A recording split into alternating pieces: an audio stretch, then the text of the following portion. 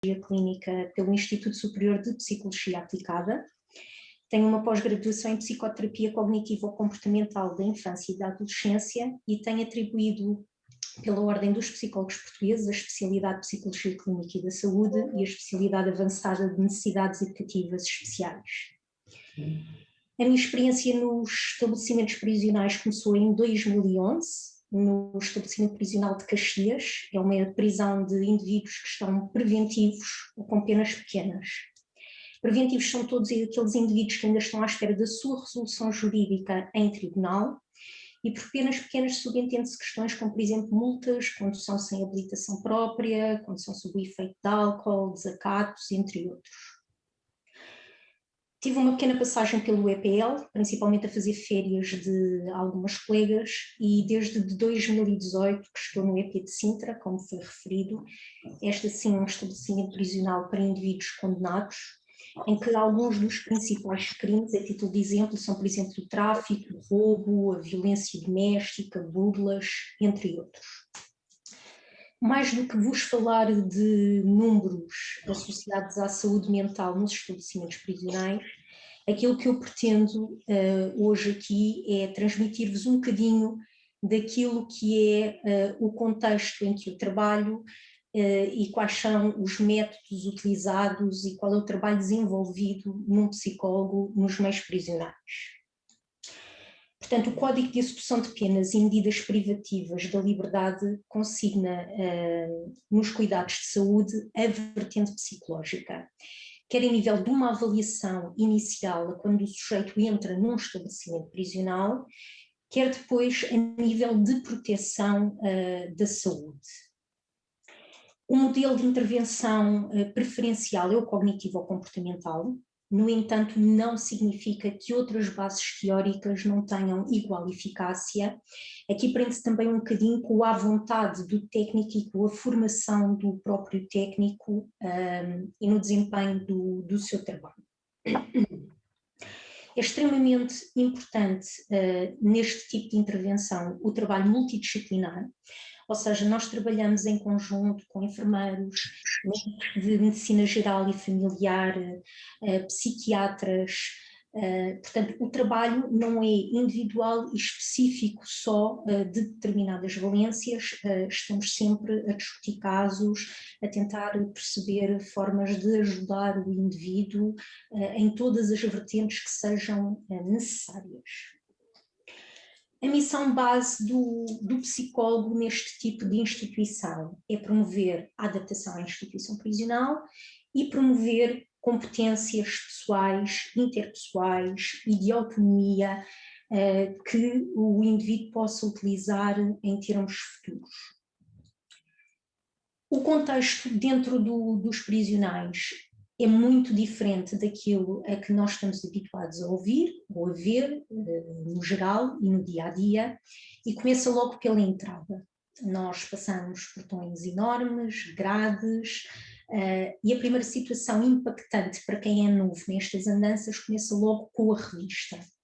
Passamos por pórticos de detecção de metais, as nossas malas são revistadas.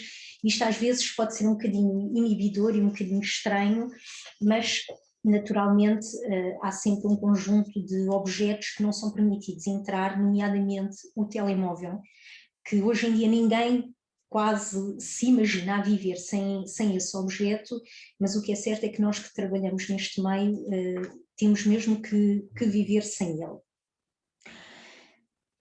Depois, o acesso às consultas, que enquanto cá fora nós temos uma recomendação, olha, vai àquele psicólogo que eu ouvi dizer que era bom, ligamos para uma clínica, marcamos uma consulta. Dentro de um estabelecimento prisional, o recluso tem que se sujeitar ao técnico que tem à sua frente.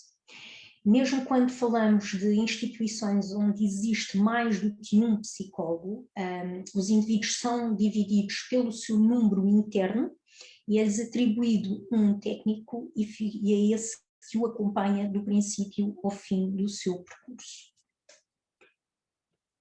Depois, para aceder à consulta, o indivíduo pode fazer um pedido, há um formuláriozinho próprio que preenche e onde faz o pedido para a consulta de psicologia.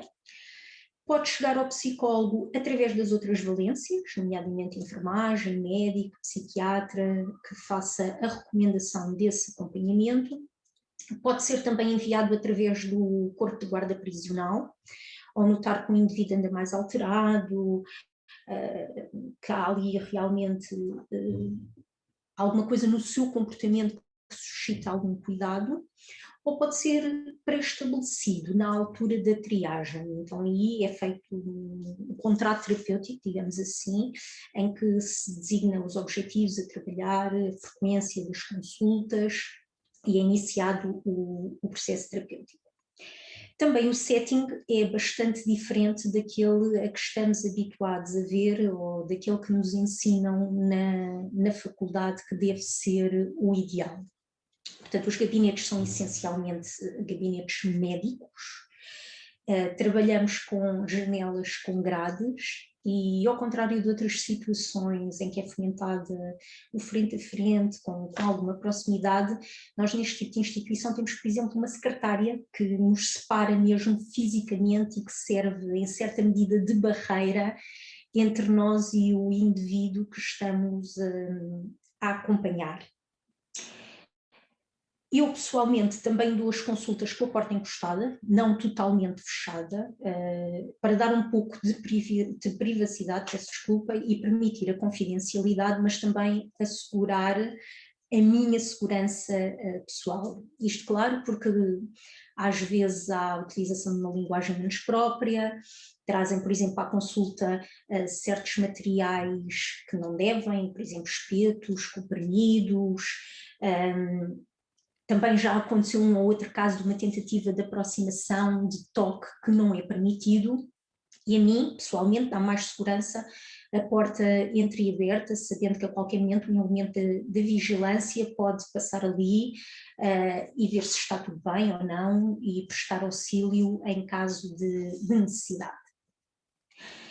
Dentro das funções do psicólogo nos prisionais, eu vou destacar 6, não significa que sejam as únicas, achei que eram as principais para trazer aqui. Então vou-vos falar da triagem, da intervenção na crise, dos acompanhamentos propriamente ditos, do trabalho preventivo que é feito, relatórios, pareceres e da aplicação de programas. Portanto, a triagem, como o nome indica, é a consulta inicial, a consulta de entrada, não é? É onde faço a recolha dos dados biográficos do recluso, nomeadamente familiares, académicos, profissionais. É onde nos permite oferir o humor e o sentimento geral do recluso, se está com um humor eutímico, se está mais agitado, se por outro lado está mais inibido e acanhado e com dificuldades em todo o processo de entrada no estabelecimento prisional. Abordamos também o historial dos consumos, de todo o tipo de substâncias lícitas e ilícitas, portanto tabaco, álcool, drogas, o que for. É feito o despiste de alguma sintomatologia psiquiátrica, nomeadamente antecedentes de depressão, ansiedade, de comportamentos autolesivos, ideação ou tentativa de suicídio, episódios traumáticos que tenham existido ao longo da vida, que tenham alterado as suas dinâmicas, portanto tentar perceber um bocadinho o indivíduo como um todo. Depois conversamos também um pouco sobre o percurso prisional, se o indivíduo é primário, ou se já teve detenções anteriores, qual é a sua pena, qual é o tipo de crime, se quer falar um pouco sobre isso. E por fim é feita um bocadinho de psicoeducação e de indicação das dinâmicas e rotinas do EP, para que o indivíduo se sinta mais à vontade, consiga antecipar algumas situações e consiga também adaptar-se de uma forma mais simples. Depois, os acompanhamentos propriamente ditos são muito similares àquilo que acontece em qualquer outro local. Podem surgir através de pedido do próprio indivíduo, e aqui os pedidos são muito idênticos àquilo que nos surge, por exemplo, em clínica privada, têm a ver com os lutos, por exemplo, as relações familiares e afetivas, por exemplo, a nível de problemas no ciclo do sono, quando eles dizem, doutor, ando a dormir mal, ando muito ansioso, não sei o que é que hei de fazer, ou a minha mulher vai se separar de mim, já não aguenta isto, já está farta destas rotinas, deste ambiente, e portanto os pedidos deles prendem-se muito com este tipo de situações. Conflitos internos, seja com outros colegas de cela, por exemplo, não é fácil ter que se viver com pessoas que não se conhece de lado nenhum, ter que partilhar o espaço privado com pessoas que não se conhecem, também é algum dos motivos pelos quais eles fazem pedido, portanto dificuldades ao nível da adaptação, saturação, lidar com as diferentes situações do dia-a-dia dentro de uma comunidade que é uma instituição prisional. Os acompanhamentos também surgem, por exemplo, por obrigatoriedade do tribunal. Há certos indivíduos que, ou pelo tipo de crime, ou pela história que já têm anteriormente e que é muito ligado, por exemplo, ao alcoolismo, à toxicodependência, já trazem da parte do tribunal, portanto, a quando da sentença, uma determinada obrigatoriedade de participação em programas ou de acompanhamento a nível psicológico para poderem trabalhar todas essas situações. Outra situação que fomenta o acompanhamento tem a ver com o PIR, que é o Plano Individual de Readaptação, que é feito pelas técnicas superiores de educação, em que também pela entrevista que é feita ao recluso, pela recolha de todo o seu historial familiar, social, profissional, etc., acabam por encaminhar o sujeito para acompanhamento psicológico. Em seguida, vou-vos falar sobre a intervenção na crise. Portanto, aqui são situações de emergência ou emergentes propriamente ditas. Mais uma vez surgem muitos lutos, ou seja, o recluso sabe do falecimento de um familiar próximo, ou através da chamada que faz diariamente para a família, ou porque lhe é comunicado pela técnica que o acompanha, ou muitas vezes é-nos transmitido até a nós, os psicólogos, para que seja dada a notícia ao indivíduo. E então, sempre que se sabe de uma situação de luto, o recluso é trazido à consulta de psicologia para perceber como é que está a interiorizar a situação, que emoções é que está a experienciar, como é que está a conseguir viver este momento. Muitas vezes para ter também uma pausa de silêncio, de poder chorar à vontade, porque lá está mais uma vez nas aulas, rodeado de outros reclusos, em cela, com os companheiros de cela, muitas vezes não se sente à vontade para este tipo de exteriorizações e então é trazido ao psicólogo também para fazer esse trabalho. A partir daí inicia-se o processo de luto e combinamos um acompanhamento com uma determinada regularidade, consoante as necessidades de cada um, para ser então trabalhado todo o período de luto e para que este passe da melhor forma possível. Depois, falei-vos do trabalho preventivo. Normalmente isto são consultas com uma periodicidade que pode ser, por exemplo, trimestral, semestral, portanto, são consultas que nos permitem despistar diferentes situações que possam ir surgindo ao longo do percurso de reclusão. Este despiste de situações surge também muitas vezes em situações de pré-crise, ou seja, como eu referi há pouco, quando o corpo de vigilância, por exemplo, nos indica que algum indivíduo anda com um comportamento alterado, mais impaciente, mais agressivo, a responder mal, e muitas vezes está ali a desencadear alguma situação emocional que requer atenção e, portanto, é encaminhado e nestas consultas preventivas também é trabalhada a situação pré-crise, ou seja, antes que o indivíduo não consiga gerir as suas emoções e entre em conflito ou tenha comportamentos de automutilação, por exemplo, tenta-se ali arranjar estratégias para que ele possa gerir os seus conflitos internos. Estas consultas eu também as considero muito importantes, porque a grande maioria destes indivíduos nunca frequentou consultas de psicologia antes. E muitas vezes nem sequer têm uma grande noção de qual é o papel do psicólogo e qual é a ajuda que o psicólogo pode providenciar. E muitas vezes apresentam, através das perguntas simples que eu vou fazendo, uma série de situações em que me permite facultar-lhes ferramentas, estratégias, comportamentos, atitudes que podem solucionar aquilo que os incomodava naquela fase e que eles nem sequer pensavam que podia ajudar. Posso-vos dar, por exemplo, aqui um exemplo. Houve um senhor que, nós agora por causa do Covid, as visitas têm um acrílico a separar o recluso da visita. E havia um senhor que andava na visita, um filho com 3 anos, salvo erro, e as visitas estavam a correr muito mal, porque era o que ele dizia: não lhe posso tocar, não lhe posso abraçar, não lhe posso pegar ao colo, ele anda para ali distraído, não me liga nenhuma, ainda não consegue conversar comigo. Realmente uma criança tão pequenina ainda não consegue estabelecer um diálogo, principalmente quando não se ouve bem. E, por exemplo, facultei algumas estratégias, como fazer pequenos jogos com as mãos, esconder a cara e fazer cucu, portanto, de forma a haver alguma interação e comunicação com uma criança daquela idade. E quando o recluso voltou à consulta, vinha extremamente agradecido, porque ele nem sequer fazia ideia que haviam estratégias para dar a volta a este problema que ele estava a colocar e que podiam efetivamente resultar de uma forma tão positiva. E, portanto, nós conseguimos surpreendê-los até com estas pequenas coisas, com estas pequenas ajudas que o psicólogo consegue dar. Depois falei-vos, em quinto lugar, dos relatórios e pareceres que nós também elaboramos, também faz parte das nossas funções. Normalmente este tipo de informação clínica é pedida ou pelo tribunal, ou pela direção, ou pelos técnicos de reinserção ou de educação que acompanham o recluso e que têm alguma necessidade da informação.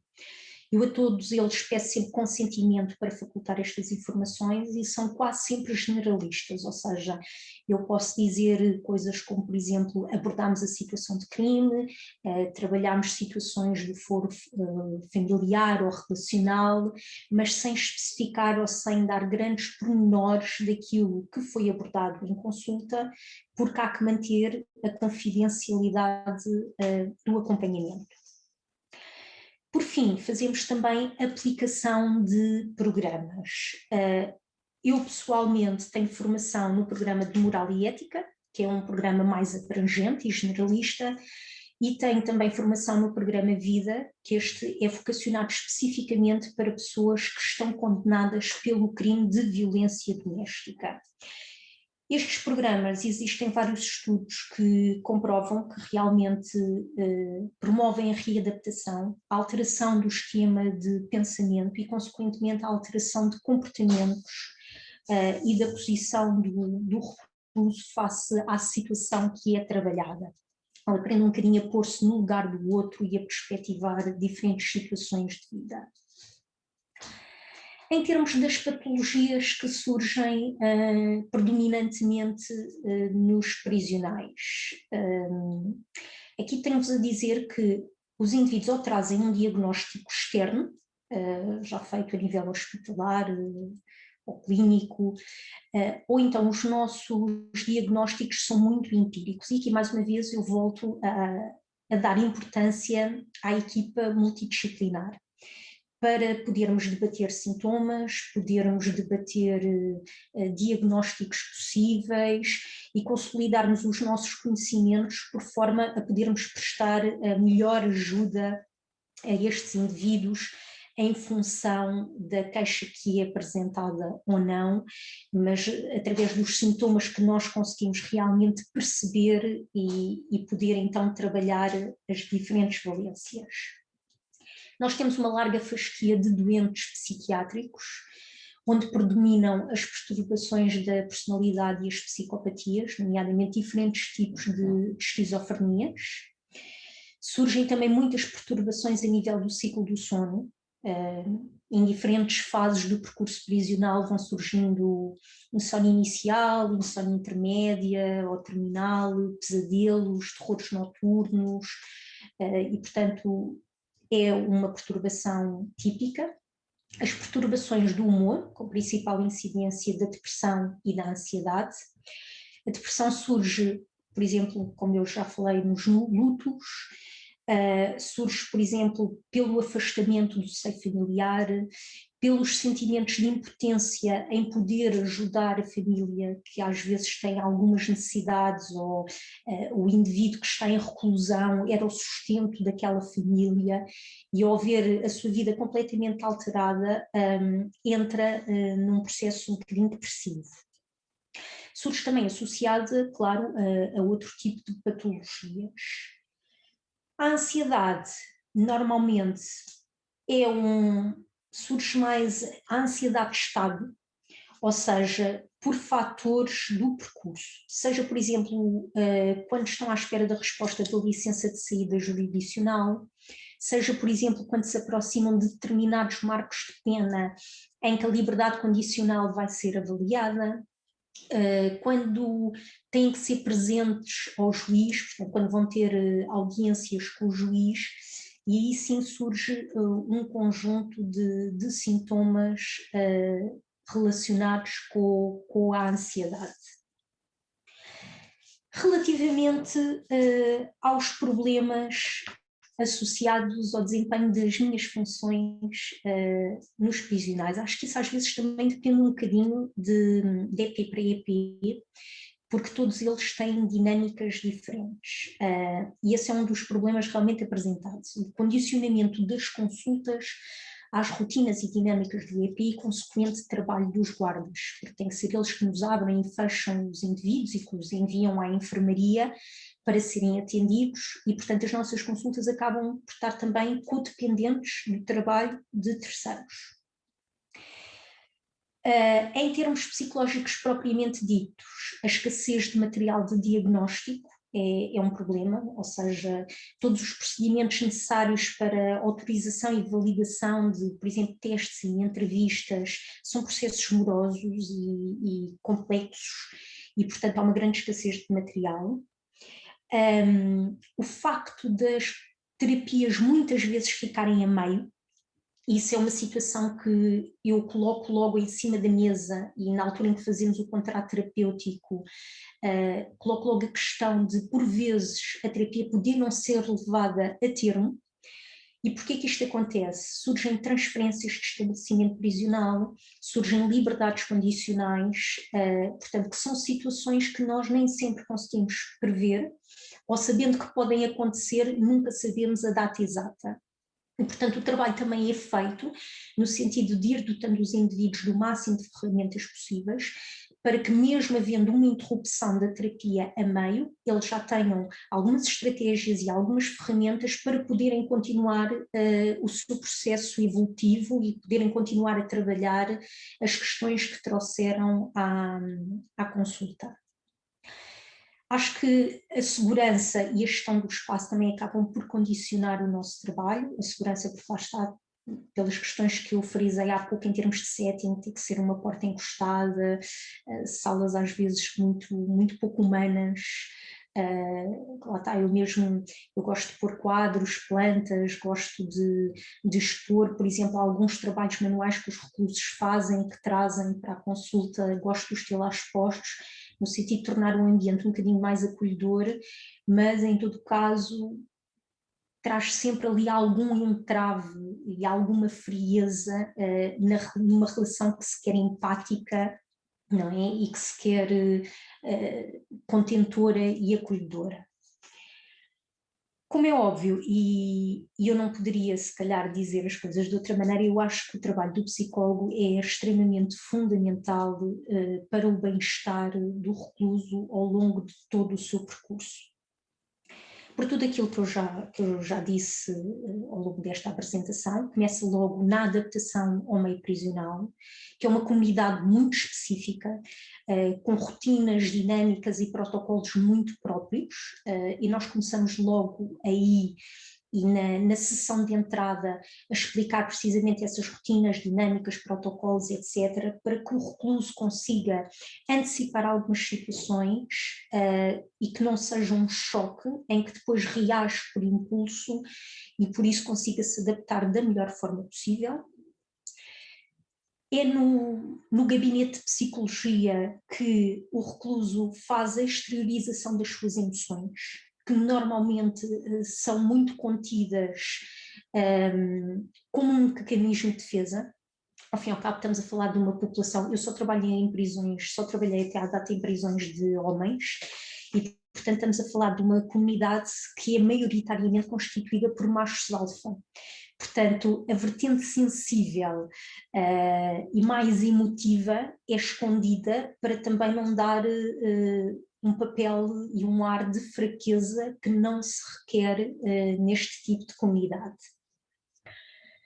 Trabalhamos também em nível das técnicas de resolução de conflitos, lá está, que surgem tanto com parceiros de cela, surgem com guardas, surgem com enfermeiros, com médicos, sempre que eles não conseguem obter aquilo que querem da forma como querem, tornam-se, a grande maioria deles, muito impulsivos, muito explosivos, muito agressivos e muitas vezes não conhecem outras formas nem outras estratégias de lidar com as situações, e o papel do psicólogo também tem muito essa função, dar-lhes estratégias de resolução de conflitos que não tenham que ser necessariamente agressivos de alguma forma e, portanto, conseguirem resolver as suas situações de uma forma bem mais positiva. Trabalhamos também estratégias para lidar e prevenir situações de crise, aprenderem a percepcionar o escalonamento das suas emoções, do seu mal-estar, das suas perturbações,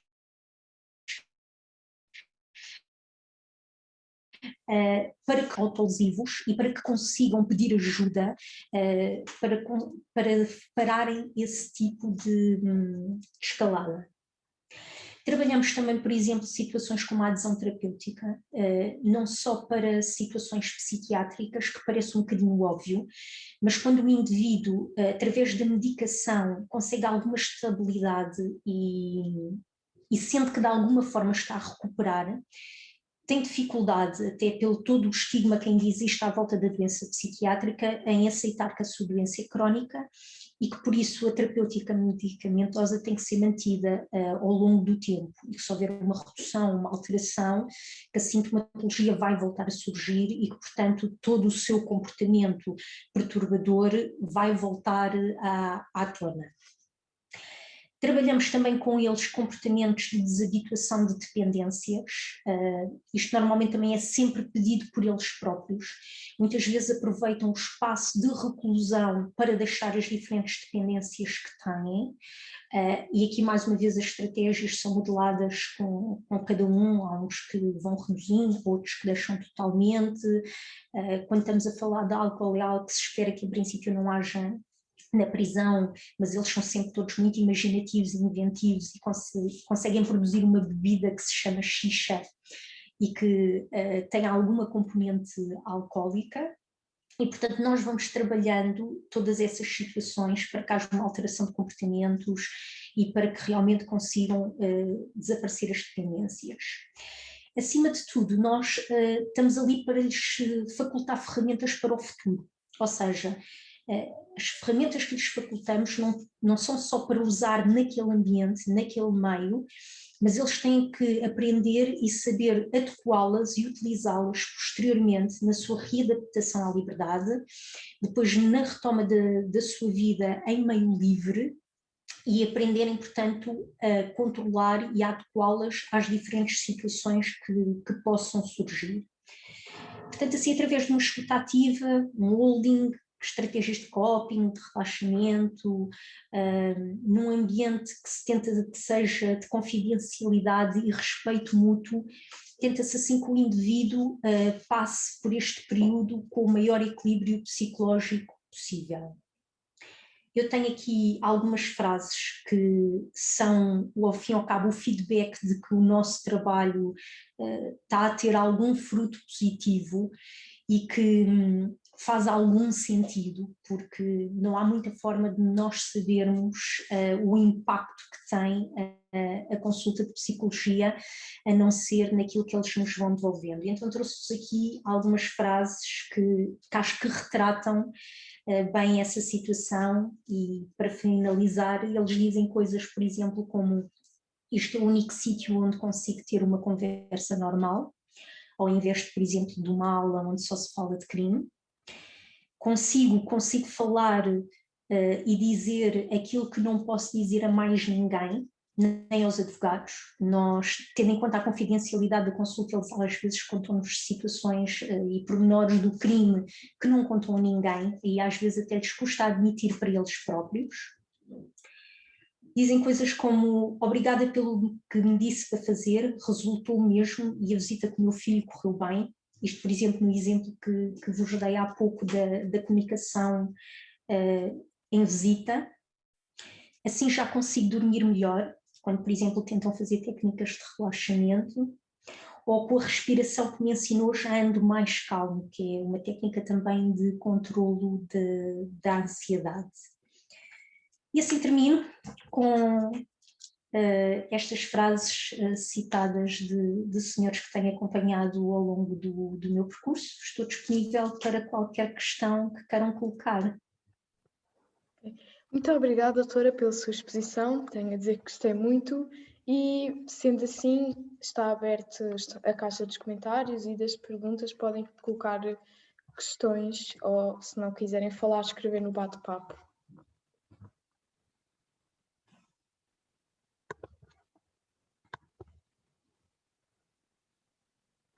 Ok, eu avanço então. Eu gostava de perguntar se os guardas têm algum tipo de sensibilidade para isto, se têm alguma formação para lidar com possíveis doenças mentais dos reclusos, sendo que eles estão em contacto direto com eles e devem ser as pessoas que mais interagem com eles.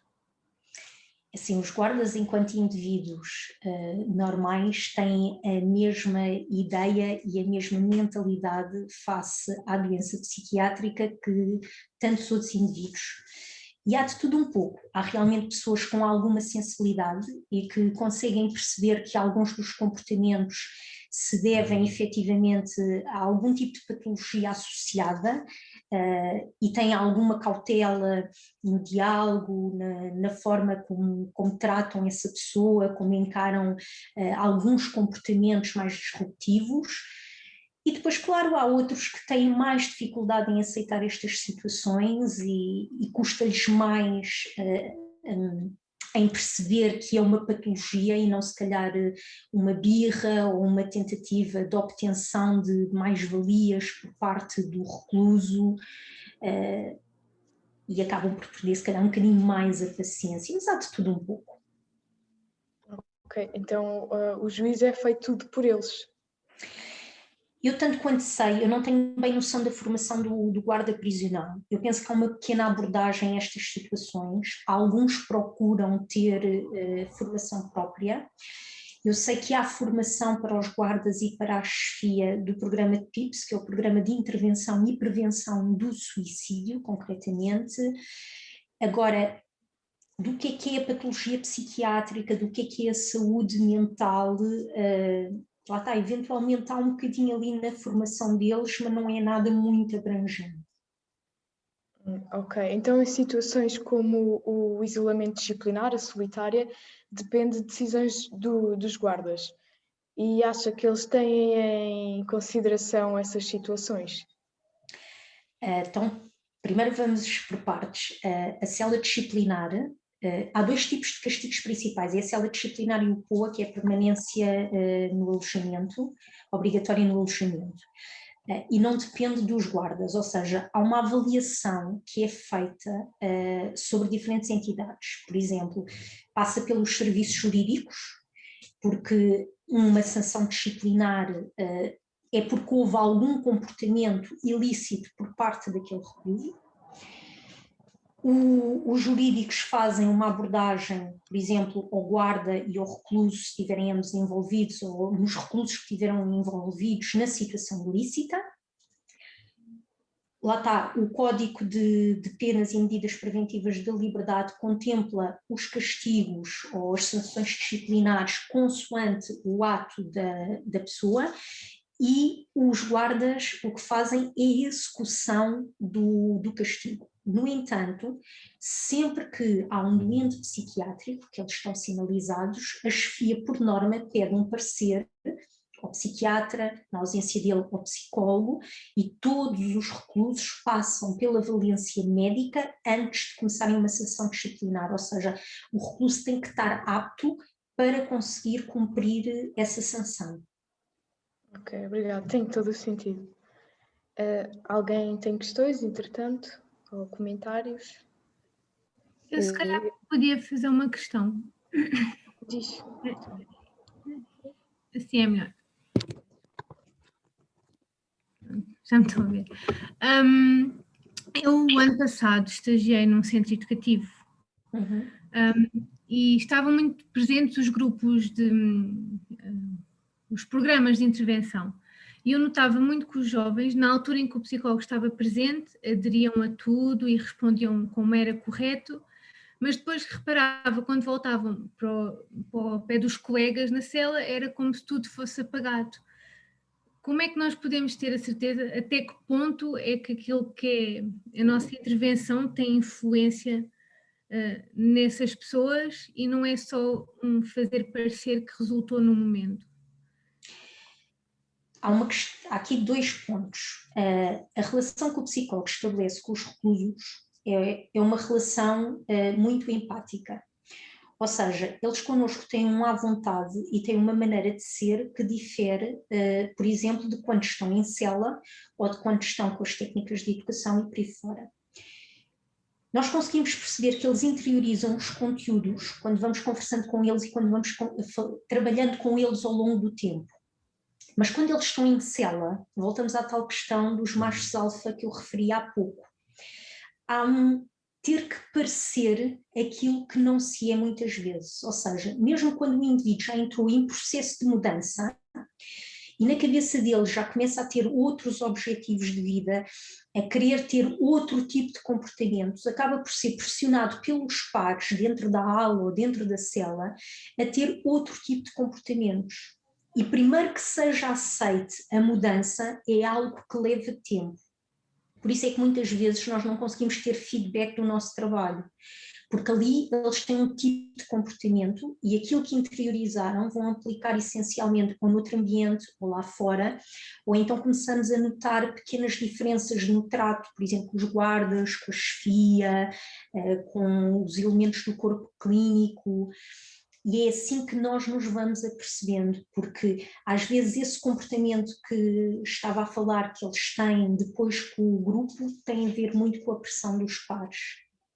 Ok, obrigada, doutora. Se alguém quiser dizer alguma coisa, sinta-se à vontade. Eu tinha várias questões, se me pudesse responder. A primeira, eu não consegui perceber se depois da triagem o acompanhamento psicológico é obrigatório ou não. Não consegui perceber bem. Não. Os reclusos têm direito a recusar todo e qualquer tipo de ato médico, nomeadamente a psicologia, ok?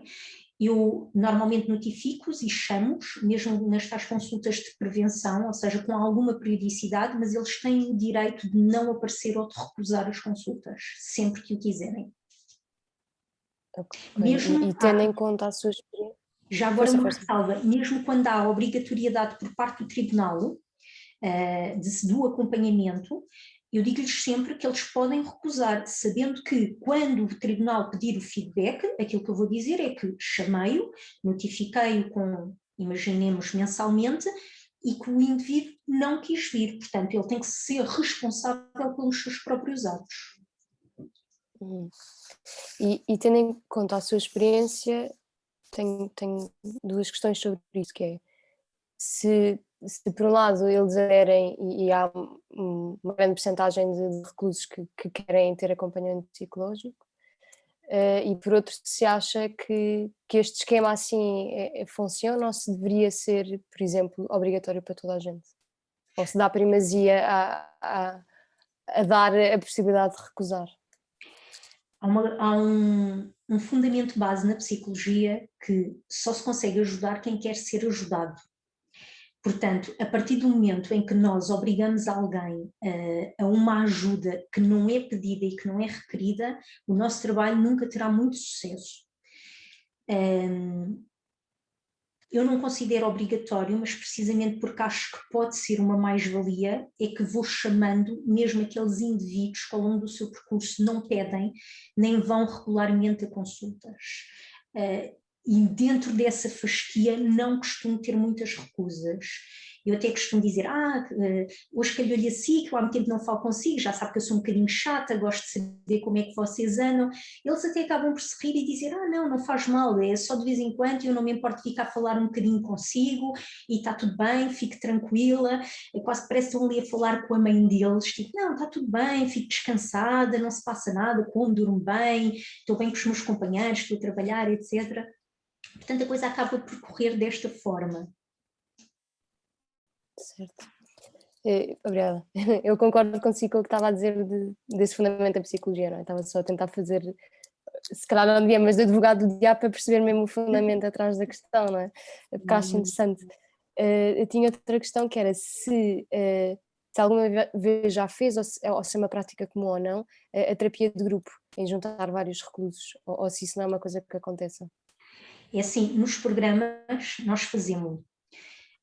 Já fui questionada, por exemplo, pelos grupos dos direitos humanos que vêm ver como é que está a decorrer as questões a nível das prisões, porque é que não o faço? Nas prisões onde tenho trabalhado tem sido essencialmente por falta de tempo e de oportunidade. Eu comecei a trabalhar numa prisão com 500 e tal reclusos, que eram 2 redutos que estavam quase 1 quilómetro um do outro, e eu era a única psicóloga. Atualmente, no estabelecimento prisional onde estou, somos 2 psicólogas, mas eu sozinha tenho cerca quase, quando estamos com a população completa, tenho quase 400 reclusos sob a minha alçada. Mesmo trabalhando 7 horas por dia, torna-se muito complicado fazer todo o trabalho possível, ou seja, entre os programas estipulados pela Direção-Geral de Reinserção e Serviços Prisionais que nós temos que aplicar e que fazem parte do nosso trabalho, os entrados, os acompanhamentos, os pareceres e as intervenções na crise, acaba por não sobrar muito tempo para essas terapias de grupo. Para além de que as situações de grupo têm uma série de senãos.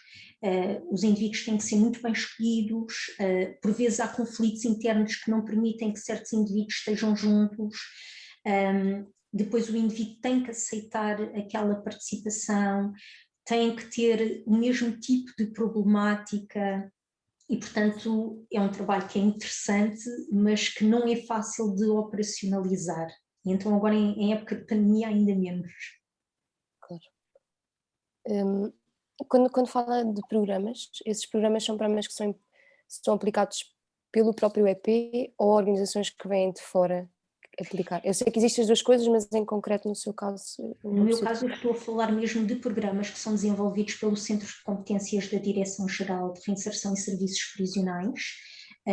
Depois o próprio Centro de Competências tem um grupo de formação que transmite a dinâmica aos psicólogos, aos técnicos superiores de educação, para que depois nós, normalmente em grupos de 2, apliquemos em cada um dos nossos EPs os programas por eles realizados.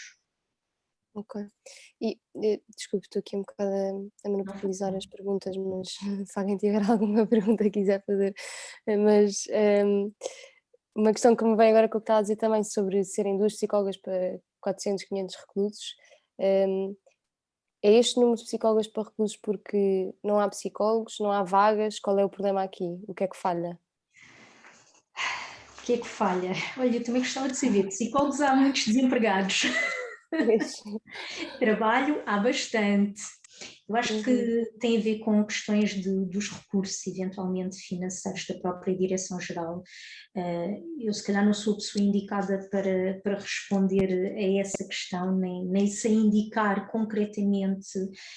Houve uma diferença em termos de modalidade. Até há uns anos atrás eram empresas subcontratadas que faziam a contratação dos técnicos de saúde para trabalharem nos EPs. Entretanto, a Direção-Geral tem feito uma renovação ao nível dos quadros e tem contratado diretamente para os quadros um conjunto vasto de técnicos, psicólogos, enfermeiros, médicos, estomatologistas, psiquiatras e por aí fora, apesar de ainda haver uma grande percentagem de técnicos que são avançados. Portanto, não sei se é recursos, se é financeiro, se tem a ver com questões, se calhar até do próprio Estado e o número de funcionários públicos, não sei responder concretamente a essa pergunta. Claro. Eu só tenho uma última, acho que é a última, Deixa à que é vontade. quando falou dos doentes psiquiátricos. Na prisão onde trabalha também tem reclusos com problemas psiquiátricos e do foro psíquico? Sim. Ok, porque a ideia que eu tinha era que havia EPs especializados para este tipo de pessoas com este tipo de problemas psíquicos, mas pelo que me está a dizer o seu EP não é um destes específicos, certo? O que acontece é que assim, normalmente os indivíduos considerados inimputáveis estão afetos ao hospital prisional ou há outro no norte do país que também recebe estes indivíduos. Não sendo inimputáveis e estando estabilizados com a medicação e cumprindo a terapêutica, portanto, porque um doente psiquiátrico não perde totalmente a sua autonomia e a sua capacidade. Portanto, desde que haja estabilização a nível da medicação, sim, pode estar afeto a outros EPs que não os de hospital, os que têm função de hospital. E em termos de dinâmica, dentro do próprio EP, eles estão misturados com os outros ou têm uma aula só para eles, ou como é que funciona a dinâmica? É um dos objetivos no EP onde eu estou a trabalhar, nós termos uma aula só para estes doentes, com um trabalho muito mais vocacionado para eles. Era um trabalho que estava em desenvolvimento, mas que teve de ser interrompido tendo em conta a atual situação pandémica, mas no entanto é um projeto que está em cima da mesa para que possa ser aplicado assim que possível. Enquanto não está a ser aplicado e até à data estão misturados com a população geral. Ok. Lembrei mais uma, desculpem, mas agora quando estava a falar da pandemia, eu sei que, pronto, com as visitas e tudo mais, isto por causa da pandemia, não é? Foram cortadas durante algum tempo, sei que depois também retomaram. Em concreto, do seu trabalho, teve alguma questão disto, ou continua a poder entrar dentro da prisão, ou teve alguma mudança? Teve muitas mudanças, portanto, além da fase de interrupção das visitas, que ocorreu a nível nacional, quando as visitas foram retomadas, foram tomadas várias medidas de segurança, nomeadamente, antes havia um contacto próximo, hoje em dia as pessoas estão separadas por acrílicos, quer os reclusos, quer os familiares, apesar de estarem do lados opostos dos acrílicos, têm que usar a máscara. Houve uma diminuição do tempo e do número de visitas para que não haja ajuntamentos e para que as pessoas não estejam muito tempo na mesma sala. As visitas agora são feitas por marcação, há intervalos entre as visitas para que se possa proceder à desinfecção dos acrílicos, das cadeiras e afins, para que o próximo grupo de visita possa voltar a utilizar. Tudo isto alterou muito a dinâmica e há até uma fasquia de reclusos que nesta fase opta por não ter visitas, não só para proteção dos familiares, alguns idosos e com diferentes patologias, mas também porque acham que o acrílico torna a visita muito impessoal. O facto de ter diminuído o tempo não compensa, porque algumas famílias vêm de muito longe e então houve muitos que optaram por prescindir das visitas, mesmo num EP como o de Sintra, onde ainda há visitas. E em termos do seu próprio trabalho, pôde continuar a ir à prisão, dar as consultas e tudo mais, ou não dava para entrar? Sim, não, nós temos que continuar a ir. É assim, nós fazemos parte do corpo clínico e tudo o que foi clínico não parou, ok? Portanto, continua a haver médicos, psiquiatras, psicólogos, portanto, todo o acompanhamento em termos de saúde não pôde parar.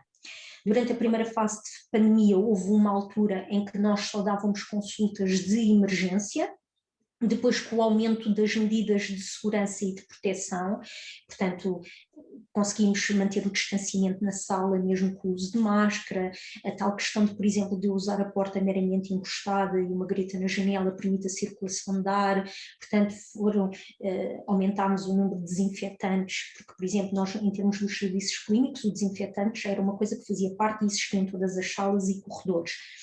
Aumentou-se o nível de desinfecção das mãos, pedimos aos reclusos que desinfetem também eles as mãos, que era um procedimento que eles não costumavam fazer, e portanto tomámos todas as medidas necessárias e consideradas suficientes para que os reclusos pudessem manter o acompanhamento em termos das diferentes valências de saúde sem serem prejudicados pela pandemia. Certo. Obrigada. Estava só a perguntar isto por mera curiosidade, porque eu trabalho na Associação de Proteção e Apoio ao Condenado e um dos nossos trabalhos é ir às prisões aplicar esses tais programas. E a nós foi-nos cortadas as vasas por causa do Covid e não podemos entrar já há muitos meses e portanto eu estava mesmo a perguntar por curiosidade, porque folgo em saber que ao menos os psicólogos puderam continuar lá dentro porque não sabia bem o cenário que estava a passar. Portanto é bom, já que não podemos, alguém pode. É assim, todos vocês que são externos ao EP, portanto, todo o tipo de grupo externo ao EP foi realmente proibido de entrar, ok? Claro. Para diminuir os contactos. Exato, Okay? sim, faz todo sentido. Nós somos sempre os mesmos e no máximo contactamos as nossas famílias, vamos aos supermercados, ou seja, também temos algum contacto a nível externo, mas acabamos por ser sempre os mesmos, são sempre os mesmos guardas, são sempre os mesmos técnicos e portanto essa parte não ficou inibida. Agora sim, tudo o que é grupos externos ficaram inibidos de contacto e de entrada nos estabelecimentos prisionais. Eu queria fazer uma pergunta, se puder. Eu gostava de saber se, enquanto psicóloga e enquanto membro de uma equipa que trabalha também em prisões, se trabalha com sociólogos e sim, em que condições é que vê os colegas sociólogos a trabalharem nas prisões? Não. Algumas técnicas superiores de educação têm formação de base em sociologia ou psicologia, mas não trabalhamos diretamente nesse sentido, ou seja, os serviços clínicos é uma entidade interna do EP que trabalha em termos da promoção da saúde do recluso, mas por norma não fazemos esse tipo de trabalho. Claro que pode sempre haver uma parceria, alguma situação, mas regra geral não.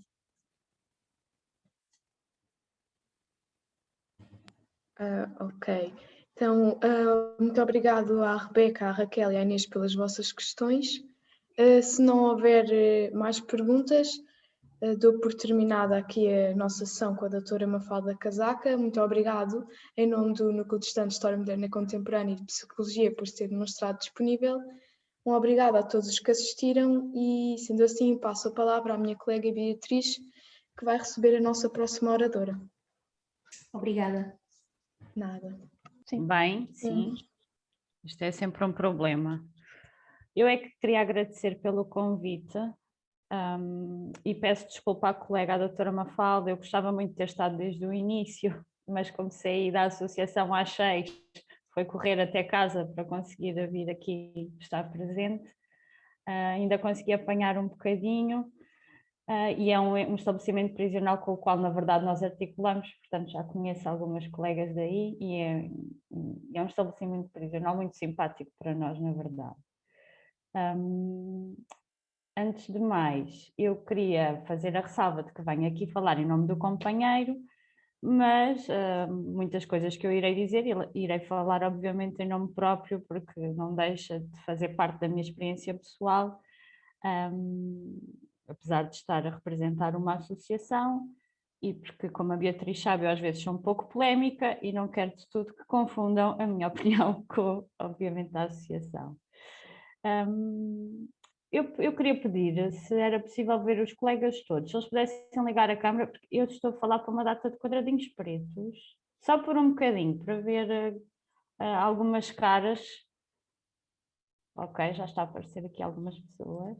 Eu só não vou ligar a câmara porque se ligar isto vai abaixo. Vai abaixo, ok. Mas fica aqui a minha foto, pronto. Isto é por uma questão de ansiedade da minha parte. Eu já fiz tantas coisas dessas, mas continuo a ficar um bocado ansiosa e assim já me sinto mais confortável.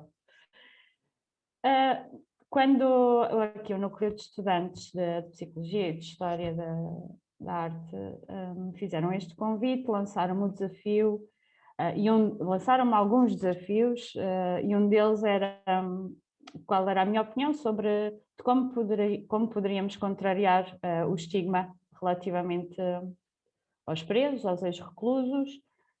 A minha resposta é simples, educando-nos a nós próprios, educando as crianças, educando os reclusos. Acho que não há outra forma, seja o estigma relativamente aos reclusos, seja outro tipo de estigma qualquer.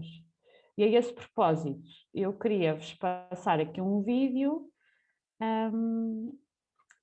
que, entretanto, dá para partilhar, a tela não dá? Sim, sim, sim. Sim. Consegui pôr legendas, porque não sei se toda a gente domina o inglês de maneira... Espera lá. Compartilhar com o som. Este é um projeto que iniciou no ano passado, é nos Estados Unidos. É uma realidade muito diferente da nossa, a nível prisional, mas que acho que transmite uma mensagem que é transversal a todos os presos. E gostaria que a minha apresentação partisse aqui desta ideia e desta base. Portanto, vou-me calar e vou pôr aqui o vídeo.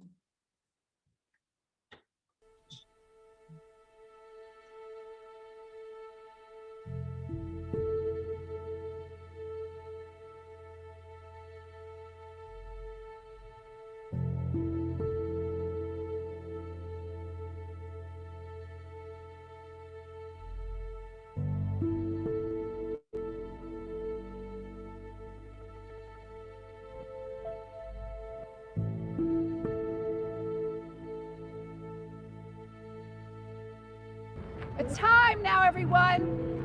We're gonna do the Compassion Trauma Circle. Is everyone ready to face their past with compassion? Is that a yes? Yes! While you were growing up, during your first 18 years of life, if a parent or other adult in the household often or very often would swear at you, insult you, put you down, or humiliate you, step inside the circle.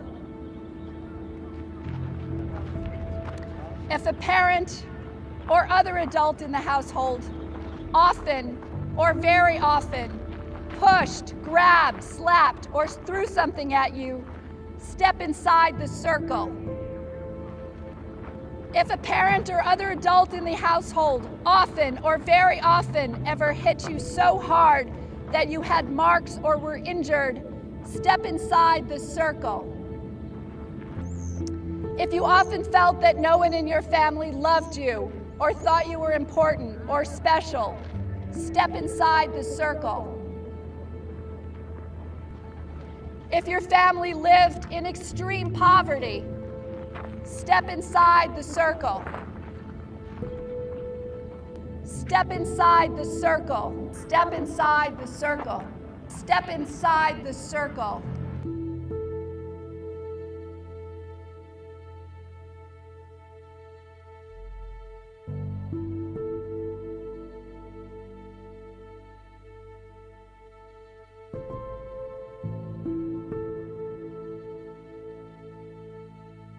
There is no shame. There is no shame. There is no shame. I'm so good. Good to see you. How are you? Amen. Noel. Noel, good to see you. Good to see you Welcome. too. I was abused as a young girl. I was beaten by my mother. I was verbally abused by my mother. I was sexually abused by another man. My father was an alcoholic. My mother was a rageaholic. I've driven drunk. I've sold drugs. I was a juvenile delinquent. Probably my story is similar to most of your stories in here. I'm white and I'm female and nothing happened to me.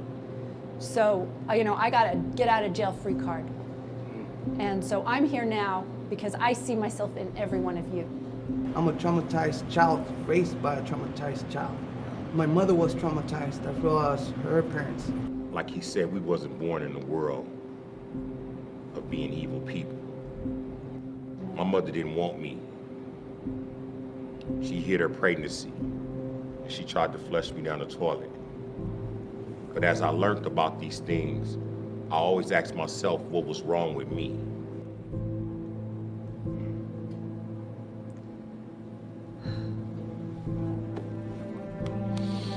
When I come to the circle and I see everybody else and she's reading off the questions and people stepping in further, and I look at my childhood and I'm like, a lot of these people in this yard are just like me. There was one step I should have taken that I didn't take, and I saw some of my brothers and my friends take that step, and I felt like such a coward. You know, I wasn't brave enough to be there with them when they took that step. And every round after that, I took the most difficult step. Our traumas kept us separated. We were all on the circumference, all standing apart. But once we began to acknowledge our traumas publicly, it brought us all closer together. In prison, you're not supposed to show your weaknesses in prison, though. But to want to do that, to walk in that circle like that, and to take each step forward was a reminder to ourselves that we still have a humanity and we worthy to be loved, though. Most people on the outside don't understand that we want to change so we can re-enter society better than what we left it. And I think one of the things that when you was yelling that no shame and you had us yelling it out, it was freeing us too. And it was a point to where when I was looking at that and we was all looking at it in a circle, you can hear that echo, no shame. Yes. And that was very powerful, especially coming from a little lady like you. I'm 76 years old. I've seen a lot. I don't like talking. I like to meet people that understand what's happening without words, and you one of them. Today has been one of the best days I had in my whole entire life since I've been out of these 40 years.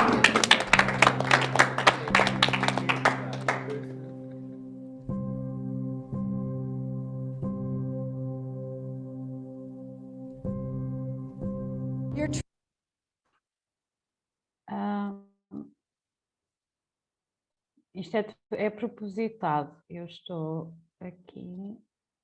Vocês estão a ver outra imagem agora? Ou continuam a ver o vídeo? Ainda estamos a ver o vídeo. Então tenho que interromper e voltar, será isso? Sim, exato. Ok.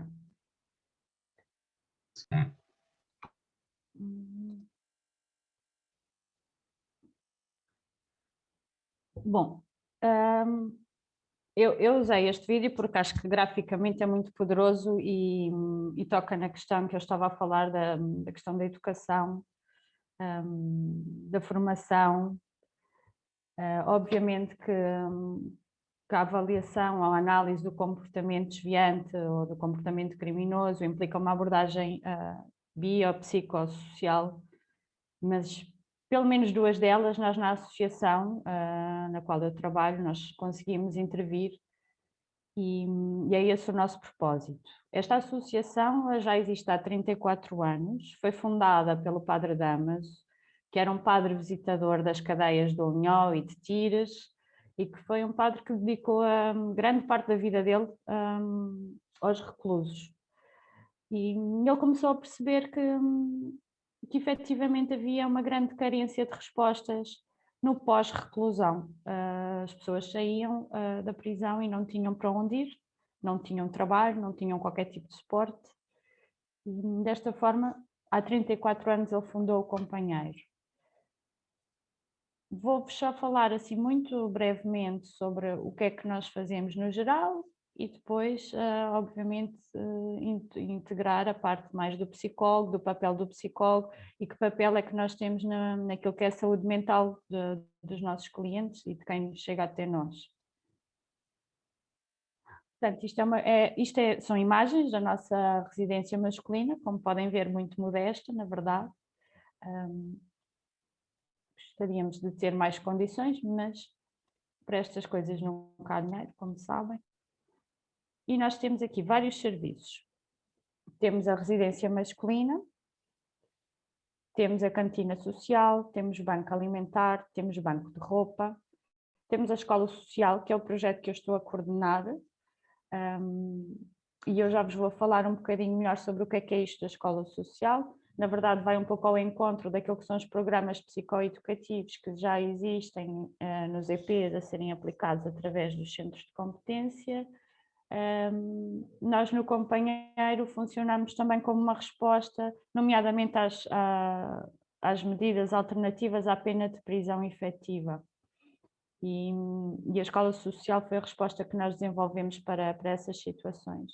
Temos uma horta urbana também e temos a formação profissional. A nossa associação tem como população-alvo pessoas que tiveram problemas com a justiça e as suas famílias.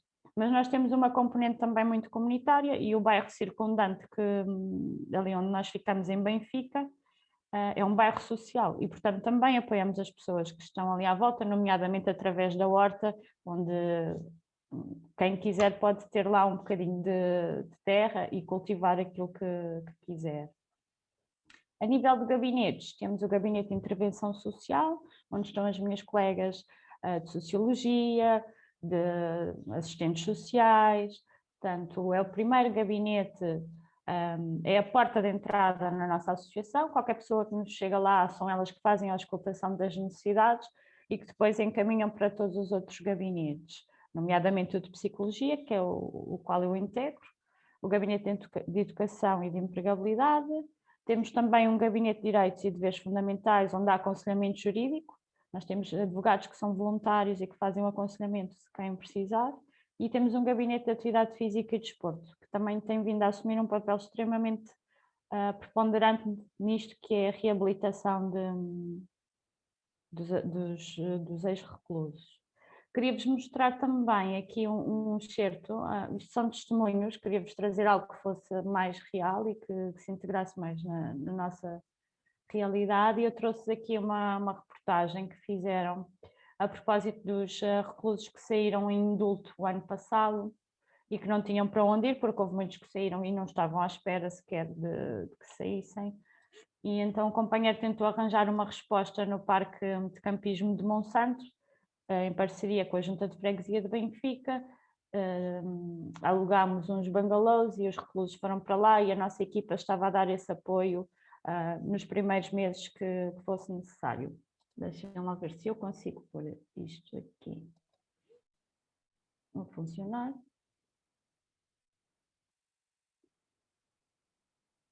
Isto não vai dar conta, tenho que pôr.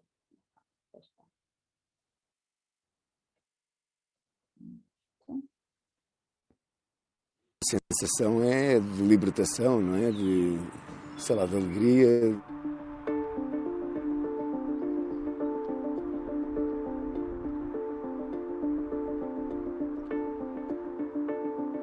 Nós recebemos um pedido da Associação O Companheiro, que faz um trabalho muito meritório naquilo que é a reintegração dos reclusos depois em meio civil, portanto, naquilo que é a sua reintrodução na vida ativa, da sua construção dos seus novos futuros, para, está há coisa de 15 dias, para a recepção de, eventualmente, 6 ex-reclusos em Benfica. Estamos a falar de princípios humanitários.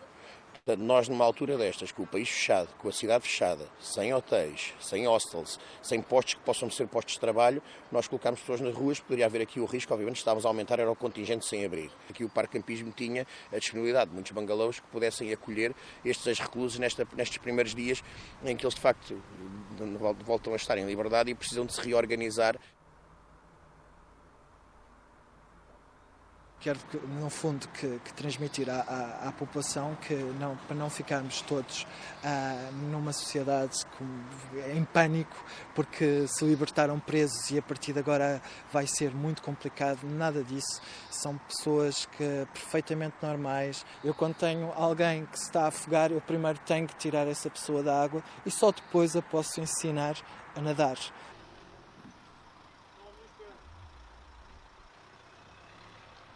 Vou começar por tarefas mais simples, como será a varredura, o apoio à deservagem ou à lavagem, mas progressivamente esperamos que as pessoas vão ganhando competências e com essas competências vão também elas próprias executando por si as diferentes tarefas.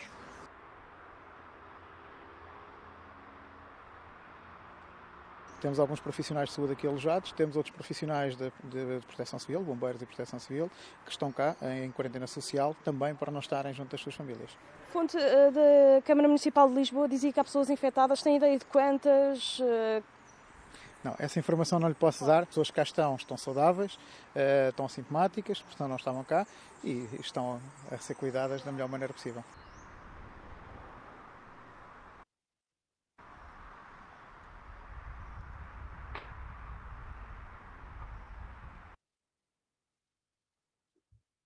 Este vídeo, a ideia de mostrar era também para perceberem que nós temos uma parceria, temos vários protocolos com várias entidades, nomeadamente a Carris, o Metro, várias autarquias, a Câmara Municipal de Lisboa, e os reclusos, quando vão viver para o companheiro, têm uma vaga quase automática num desses protocolos e, portanto, começam de imediato a trabalhar nessas ocupações laborais. Obviamente, isto não são trabalhos propriamente ditos, é uma ocupação laboral, eles são remunerados, mas não têm um contrato de trabalho e, portanto, a ideia é que seja provisório enquanto eles não conseguem arranjar efetivamente um emprego. E passando ao gabinete que eu integro, para vou explicar um bocadinho qual é o papel do psicólogo na nossa associação. Nós fazemos avaliações psicológicas, as consultas de psicologia e a dinamização de grupos de trabalho. A nível da avaliação psicológica, há sempre várias formas vários momentos em que podemos fazê-la. Perante pedidos de residência, ou seja, pessoas que querem ir para lá viver, porque não têm para onde ir. Quando há pessoas que saem do EP para passar lá uma licença jurisdicional no planeamento de intervenção terapêutica. Na consulta de psicologia nós fazemos o acompanhamento de todos os nossos residentes, que muitas vezes é simplesmente o acompanhamento psicossocial, e isso é uma das coisas que eu mais à frente vou falar, porque obviamente nem todos podem preencher os critérios para fazer um processo terapêutico propriamente dito. E fazemos também consultas aos clientes externos. Os clientes externos são todos aqueles que as equipas da Direção-Geral dos Serviços Prisionais nos enviam para cumprir alguma medida. Ou eventualmente alguém que precise e de forma autónoma se dirige à associação e precisa do acompanhamento psicológico. Estes grupos de trabalho, portanto, correspondem aos programas psicoeducativos deste projeto da Escola Social e já tivemos também outros grupos de caráter terapêutico. Falando aqui dos obstáculos e dos desafios que temos, sobretudo a nível daquilo que é consulta psicológica, não é? Gostaria de começar que a maior parte dos indivíduos que lá estão não estão motivados para um processo terapêutico, até porque muitos deles têm a ideia de que quem vai ao psicólogo é porque tem problemas sérios ou graves ou porque é maluco. E, portanto, aquelas pessoas que nos enviam... eu peço desculpa, fiquei sem imagem. Aquelas pessoas que nos chegam através do tribunal, porque são obrigados a ir a uma consulta de psicologia, maior parte do tempo passamos a motivar a pessoa para essa própria consulta do que depois propriamente na intervenção. Depois existe aqui a outra questão da hierarquização das prioridades e daquilo que são as necessidades das pessoas, não é? Às vezes pode ser muito frustrante nós identificarmos um indivíduo que de facto tem ali muita necessidade da consulta de psicologia, mas que não tem emprego, não tem qualquer tipo de apoio familiar, está indocumentado porque saiu do estabelecimento, tem uma data de coisas que têm que ser primeiro resolvidas e só depois então podemos proceder ao acompanhamento psicológico.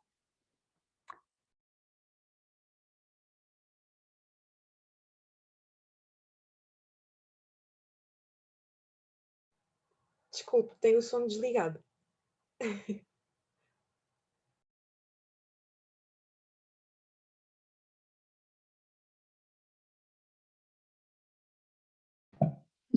Continua a estar com o micro desligado. Deixaram de me ouvir quando? Foi quando passou para o novo slide, pelo menos. Não sei se foi da minha internet. Não, não foi, eu vou-vos explicar. O meu computador começou a piscar e eu já estava a falar de cor. Nem sequer estava a olhar para o slide porque estou a ver tudo preto. Deixem-me ver. Então vamos fazer assim. Deixem-me lá desligar só aqui. Eu peço desculpa. Não faz mal. Pronto. Eu vou só falar então, porque eu acho que é aqui isto que está a criar conflito. Eu deixo de ver simplesmente e vocês deixam-me de ouvir. Como eu estava a dizer aqui, um dos maiores desafios que nós temos na nossa associação na intervenção com eles, nomeadamente com os residentes, é que nós temos algumas regras na associação, nomeadamente não estarem a consumir substâncias, não consumirem álcool, coisas que noutra situação clínica não implicariam a quebra da confidencialidade. Mas nós ali, obviamente, temos que avisá-los logo no início do acompanhamento de que se eles nos contarem que estiveram a consumir drogas, que somos obrigados a dizer à direção do sucedido. E, obviamente, isso cria uma limitação muito grande naquilo que é a nossa intervenção. O que eu vos a seguir ia dizer e mostrar, na verdade, era os programas da Escola Social. Catarina, mas eu posso partilhar se quiser. Consegues? Vê lá se tu consegues. O meu computador parece uma discoteca neste momento, está a piscar. Eu vejo tudo preto. Não alterou mais nada desde que... Não alterei. Não alterei.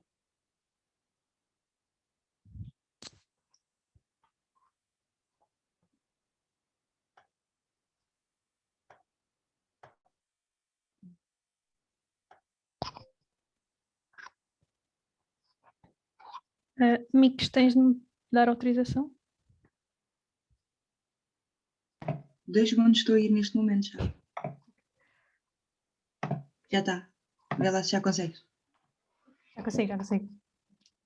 Ok.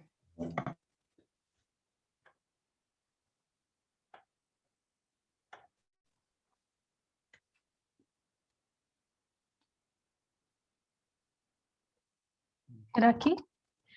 Beatriz, não faço ideia, não estou a ver nada. Podes-me dizer qual é o slide? É o programa, é o primeiro slide dos programas psicoeducativos. Ok. Nós temos vários programas que são dirigidos para diferentes problemáticas. Como eu tinha explicado no início, existem muitas pessoas que não são presas, que têm penas suspensas ou suspensões provisórias de processo, mas que têm uma data de obrigatoriedades que têm que as cumprir, na verdade, porque senão podem ir presas. E uma delas, muitas vezes, é frequentar consultas de psicologia ou ter uma intervenção ou ir para um destes programas. Nós temos o programa da gestão da agressividade, temos um programa de práticas educativas parentais positivas, em que normalmente são encaminhadas pessoas que obviamente têm processos a nível da CPCJ ou de algum tipo de maus-tratos infantil ou negligência. Temos o programa também de consumo de substâncias e temos o Recompensa. O Recompensa foi uma boa descoberta que fizemos, em que começámos a perceber que muitos dos clientes não preenchiam critérios de elegibilidade nem para a consulta psicológica, por algum motivo, nem sequer para os programas, ou porque não sabiam ler, ou não sabiam escrever, ou porque simplesmente não estavam minimamente motivados.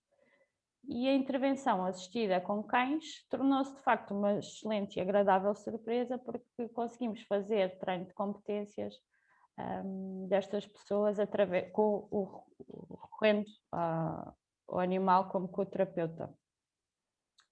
Depois temos também os programas a nível do acompanhamento dos métodos de estudo, o programa do desporto, que na verdade é um projeto muito giro, porque nós somos promotores distritais do futebol de rua, que é uma modalidade um pouco diferente daquele futebol que estamos acostumados, em que se reúnem várias associações de várias zonas do país e que se fazem torneios, inclusive a nível nacional, a nível internacional. Já conseguimos levar clientes nossos a vários países por causa deste torneio e é uma experiência muito engraçada.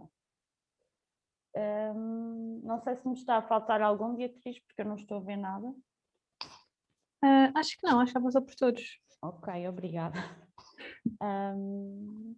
Pronto, isto é o nosso projeto e baseia-se, na verdade, na tal questão que eu estava a falar, porque achamos que a educação pode salvar muitas pessoas e é nosso dever tentar, pelo menos, que isso aconteça com estas que nos chegam. E não sei se... Acho que não falta nada, era só isto que eu vos queria transmitir.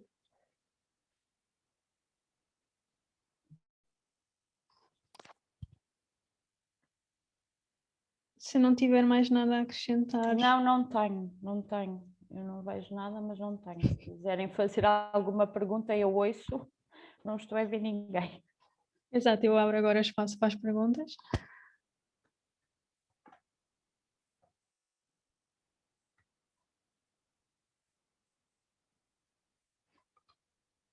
Ok, se ninguém tiver já uma pergunta, eu tenho uma questão. Na verdade é uma curiosidade, que é, porque é que se optou por uma residência masculina em vez de uma feminina? Não sei se isso foi algum critério. Na verdade, quando o Padre Damas fundou a associação, ele acompanhava primeiro os reclusos do União e do EPDTs, que têm a parte feminina também, é sobretudo a parte feminina, também a parte masculina. E ele constatou que as mulheres normalmente têm muito mais apoio cá fora, pela sua natureza, não sabe, mas o que é facto é que até hoje nunca tivemos um pedido de residência por parte de uma mulher. E, portanto, nunca se justificou fazer uma residência feminina.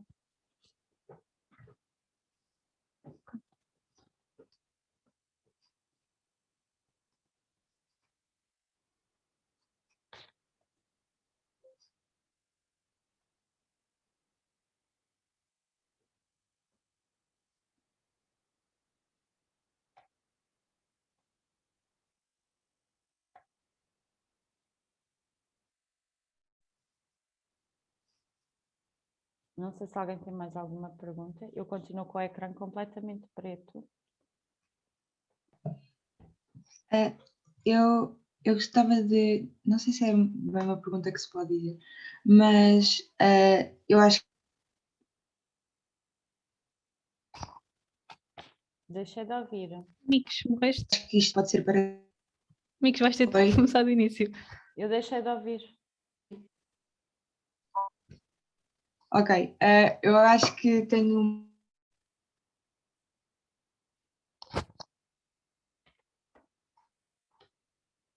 É melhor uma escrever. pergunta que é, tendo em conta que se...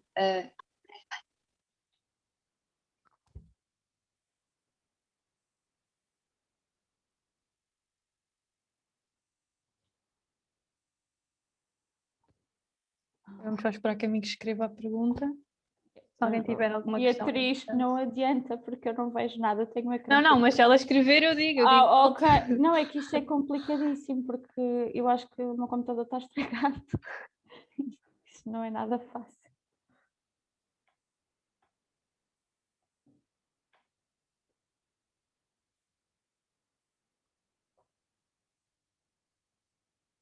Ok, a pergunta de amigos é, tendo em conta que se segue tão perto, que segue tão perto casos complicados, como é que isso afeta a saúde mental dos próprios técnicos, ou seja, dos próprios psicólogos?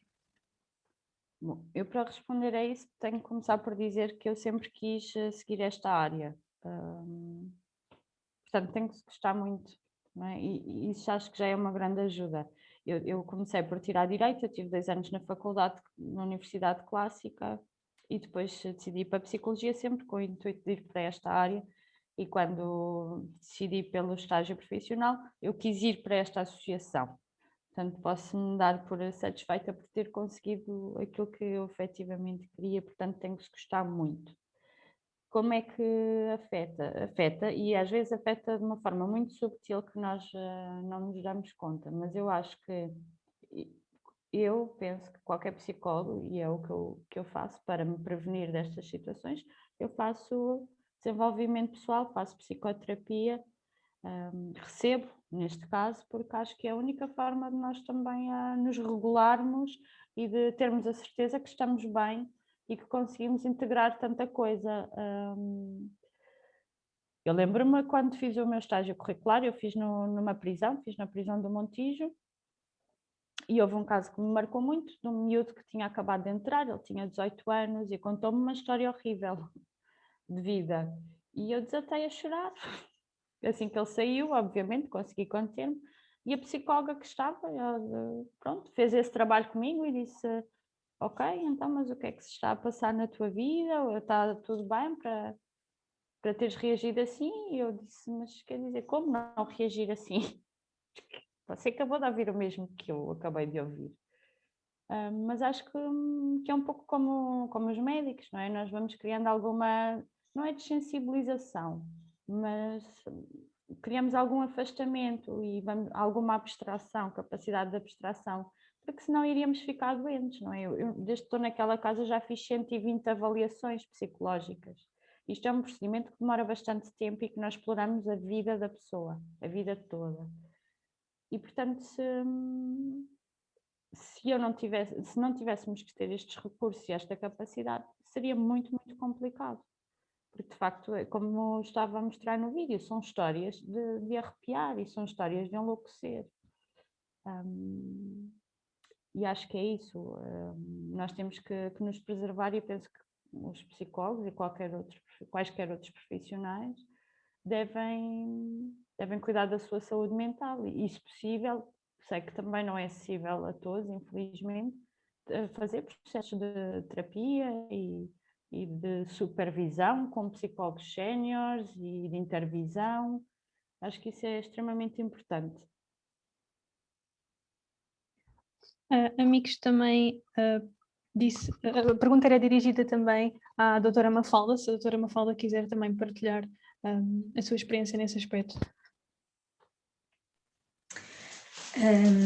Portanto, para além daquilo que a colega disse, e que basicamente é isso, ou seja, nós fazemos terapia, desenvolvimento pessoal, supervisão, intervisão, tudo isso, eu queria acrescentar, ao fim e ao cabo, algumas estratégias de coping que acabamos também por adquirir, e falo das minhas especificamente. Por exemplo, eu costumo deixar o carro fora do EP e entro a pé, é um percurso mais ou menos de 750 metros, e saio a pé, porque é a oportunidade que eu tenho, como eu costumo dizer, de ligar e desligar o botão, ou seja, de conseguir deixar os problemas deles lá fora e focar-me na minha vida, e vice-versa, quando entro, ou utilizamos estratégias, sei lá, como as piadas. Mas claro que, como a colega estava a dizer, há sempre histórias que nos afetam mais, acima de tudo somos seres humanos, e portanto há situações que são mais pesadas, por todo o contexto. Eu pessoalmente custa-me muito os crimes sexuais, não só a nível da pedofilia, mas aquilo que nós ouvimos, da maneira como ouvimos, com o pormenor. Os crimes sexuais e os homicídios são situações que a mim me pesam mais, mas que ao longo dos anos vamos realmente tendo estratégias e apoios dentro e fora do meio profissional que nos permitem ir lidando com as diferentes situações e mantermos a nossa sanidade e o nosso equilíbrio mental. É verdade. Oh, Beatriz, eu esqueci-me de referir, não é? E isto é a minha bandeira, é os crimes sexuais. Nós temos um grupo de agressores sexuais, de abusadores de menores, que já tivemos uma edição e correu bem, correu muito, muito bem, na verdade, porque que eu tenha conhecimento, deve ser o único grupo em comunidade que está a funcionar, sem ser aqueles que existem de sexologia forense no Júlio de Matos.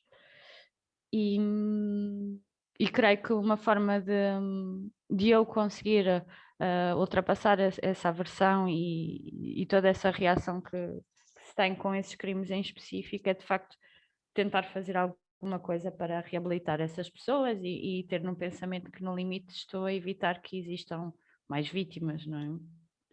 E pronto, era só queria acrescentar isso porque de facto me esqueci desse programa que nós temos. Amigos, agradeço a resposta.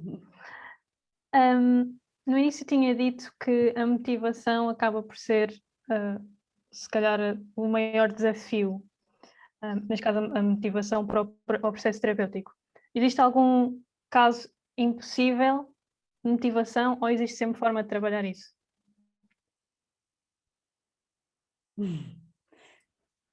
Bom, eu acho que não há casos impossíveis. Eu acho é que os profissionais também têm as suas limitações e acho que é muito importante nós conhecermos as nossas limitações. E se houver um caso que eu acho que não consigo de forma nenhuma intervir, tenho que referenciá-lo a outro colega. Agora, eu lembro-me de um caso em particular que, por acaso, era um rapaz que tinha vindo acusado de um crime sexual e eu tive alguns problemas em criar a aliança terapêutica com ele e só ao final de um ano é que nós começámos a fazer trabalho efetivo e começámos a falar da vida dele e do horror que aquilo foi e que ele começou a admitir aquilo que não conseguia nem admitir para si próprio. E, portanto, isso da motivação é muito relativo. Agora, a verdade é que a maior parte das pessoas que nos chegam não estão motivadas.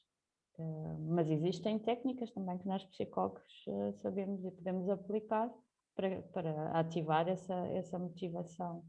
E muitas vezes temos que recorrer a estratégias um bocadinho paradoxais porque de facto existe uma grande incidência de perturbações, por exemplo, de personalidade.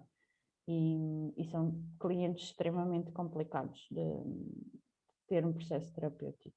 E, portanto, tem que se ter alguma flexibilidade e nem sempre, não aplicar sempre aquelas coisas que dizemos de by the book, porque muitas vezes não é isso que resulta.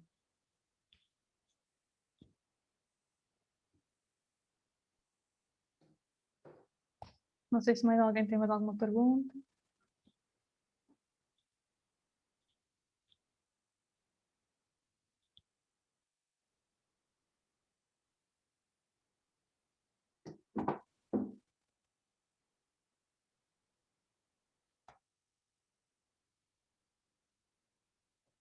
Ok, vou fazer mais um.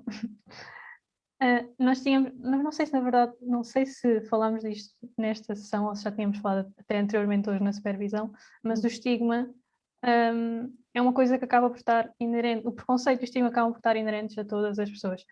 Quais é que são as estratégias, e esta pergunta eu faço às duas oradoras, estratégias que podem ajudar a quebrar essa questão? Eu ia sugerir que a doutora Mafalda respondesse primeiro.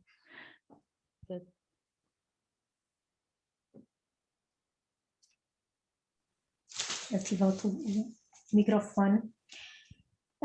Quebrar o estigma. Em primeiro lugar, eu acho que o indivíduo também tem que acreditar um bocadinho nele próprio. eu pelo menos como os apanho no início da reclusão muitas vezes e em pleno processo de reclusão, há um trabalho que tem que ser feito para que o indivíduo recluso acredite que não é por passar por esta fase que não tem capacidade de vencer na vida, que não tem ferramentas e hipóteses de criar algo para si, para a sua família, de conseguir chegar a um patamar de uma forma saudável. Porque muitas vezes os primeiros a estigmatizar são os próprios, a dizer, mas eu agora estive preso, ninguém vai arranjar trabalho, os meus amigos se souberem vão deixar de me falar, a minha família nem sequer pode saber que eu passei por este processo, e portanto o trabalho inicial começa com eles próprios. Depois é um bocadinho com a população em geral, e como passou no vídeo da colega, perceber que são pessoas com objetivos, com motivações, com necessidades como qualquer outra, e que realmente têm a capacidade, precisam é daquele pequeno empurrão para que a sociedade perceba que não diferem em nada de qualquer outra pessoa. Sim, sim, sim. Eu concordo com o que a doutora disse, e de facto acho que todos nós temos que fazer esse exercício todos os dias, porque às vezes apanhamos-nos a discriminar ou a ter um preconceito relativamente a alguma coisa só porque ela é diferente, não é?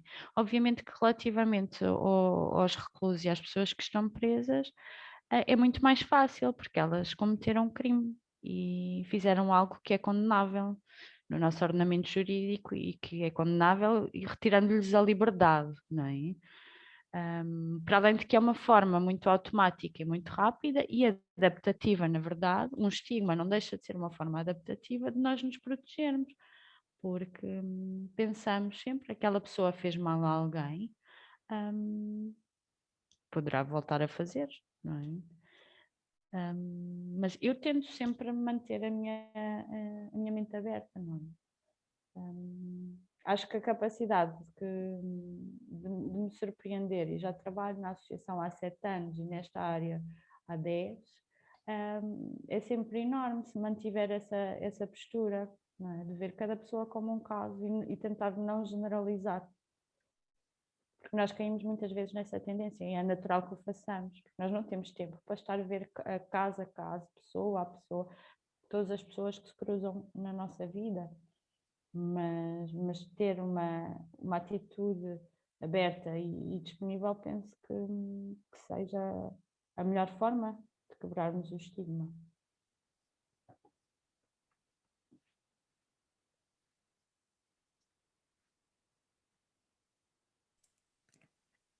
Eu queria colocar mais uma questão para ambas as oradoras, que era quais é que são, ou quais é que consideram que são as maiores lacunas que podem identificar no sistema prisional e no processo de pós-reclusão que poderiam ser reestruturadas para ajudar tanto a reinserção social como os problemas de saúde mental.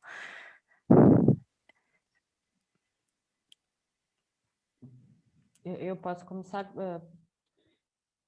Bom, e como eu vos disse no início, eu vou dar uma opinião pessoal.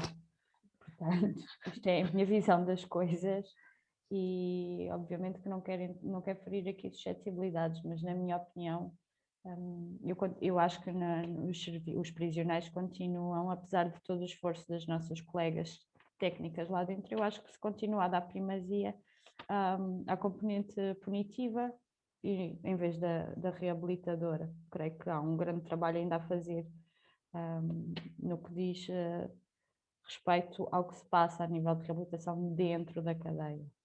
Até porque, pelo menos enquanto eu lá estive a fazer o estágio, a sensação com que eu fiquei é que eram sempre os mesmos os eleitos para a formação ou para trabalho ou para os programas, porque são as pessoas que tinham alguma capacidade, que tinham a literacia necessária. Portanto, acho que os excluídos são sempre os mesmos e ainda uma franja não é residual, acho que é muito grande ainda. A nível de pós-reclusão, o que é que eu acho que podia mudar? Tudo. Vocês perceberam pelas imagens que a associação onde nós estamos há 34 anos são pré-fabricados. Há pessoas que vivem ali, a começar por aí. O investimento que se faz é muito pouco.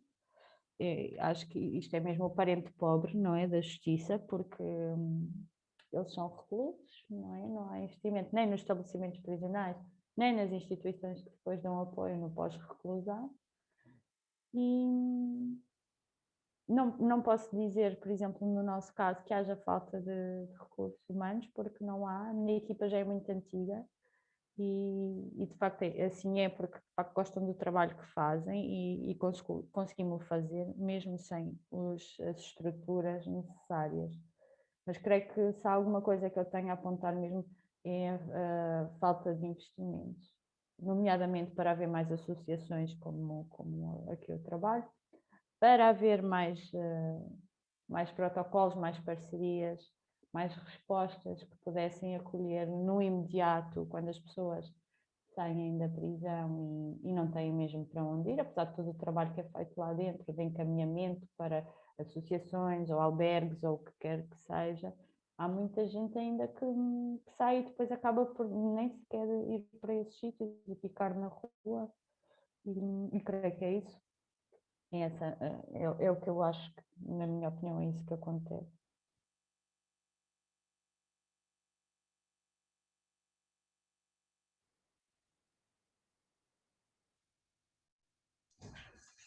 Se a colega terminou,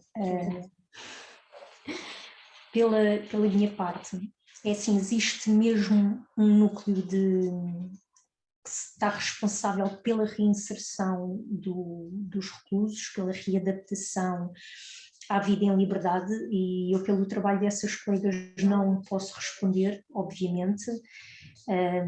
O feedback que tenho é que realmente, como em tudo, há sempre melhorias possíveis de concretizar e de realizar.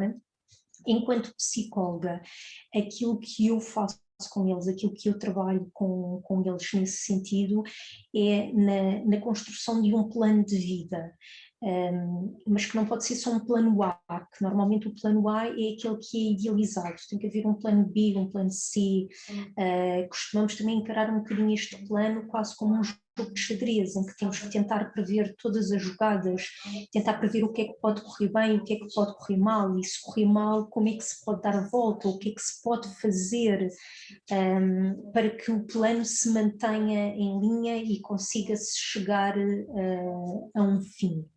Portanto, isto é trabalhado a nível de sessões individuais. Eu sei que há um programa próprio, que é o plano de contingência, que neste caso é aplicado por outros colegas. Eu ainda não tenho formação nesse plano, mas é neste sentido que eu trabalho com eles para a readaptação. Tudo.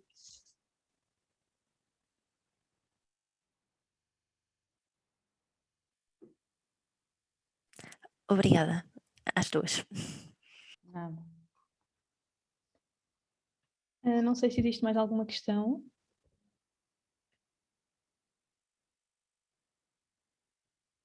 Acho que não.